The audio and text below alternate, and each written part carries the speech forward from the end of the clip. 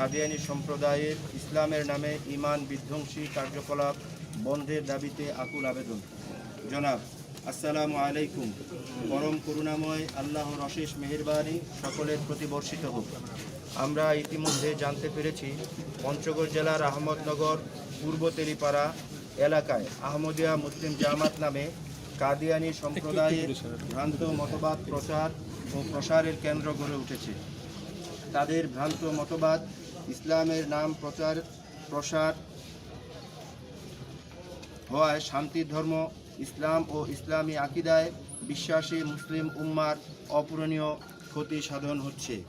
আমাদের প্রিয় নবী বিশ্বনবী হজরত মুহাম্মদ সাল্লাল্লাহু আলাইহি ওয়াসাল্লাম শেষ নবী বা খাতামুন নবী, তারপরে কোনো নবী আসবেন না, এ বিশ্বাসে কুঠার আঘাত হেনে জনৈক গোলাম আহমদ কাদিয়ানীকে কখনো নবী, কখনো মসিহ, কখনো মাহদি দাবি করে ইসলাম ও মুসলিম উম্মার ঈমান আকিদা ধ্বংস করার অপচেষ্টায় লিপ্ত।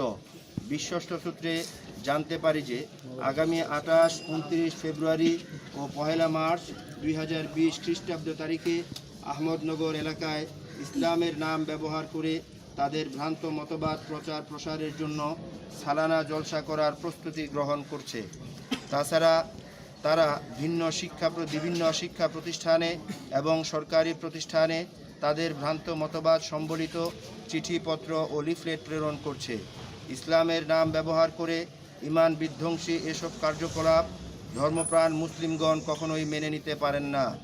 এ বিষয়ে আমাদের সুস্পষ্ট বক্তব্য যে মুসলিম নাম ধারণ করে ইসলাম ও মুসলমানদের ধর্মবিশ্বাসের শেকড় কাটা হচ্ছে, যার পরিণাম আমাদের জন্য অত্যন্ত ভয়াবহ এবং শান্তি শৃঙ্খলা বিঘ্নের অপতৎপরতার শামিল।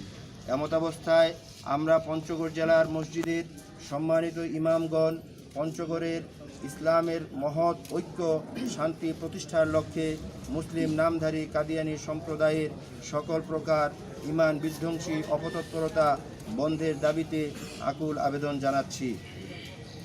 পঞ্চগড় জেলার তৌহিদি জনতার পক্ষে মসজিদের ইমামগণ।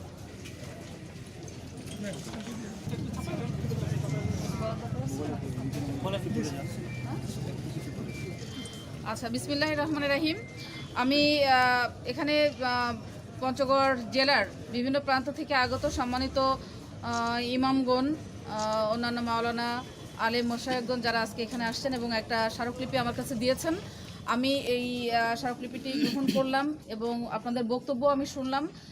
এর পরবর্তীতে আমরা আপনাদের স্মারকলিপির যে বক্তব্য, সেই বক্তব্যের আলোকে আপনাদের এখানে যারা ধর্মীয় নেতৃবৃন্দ আছেন আপনাদের সকলকে সাথে নিয়ে এলাকার গণ্যমান্য ব্যক্তি, জনপ্রতিনিধি, তাদেরকে নিয়ে আমরা একটু বসবো, কথা বলবো এবং সার্বিকভাবে আমাদের পঞ্চগড় জেলার যাতে আইনশৃঙ্খলা পরিস্থিতি কোনো অবনতি না হয় সেই বিষয়টি মাথায় নিয়ে আপনাদের সকলের সমন্বয়ে আমরা পরবর্তী আইনানুগ পদক্ষেপ নেব। সবাই ভালো থাকেন, ধন্যবাদ সবাইকে।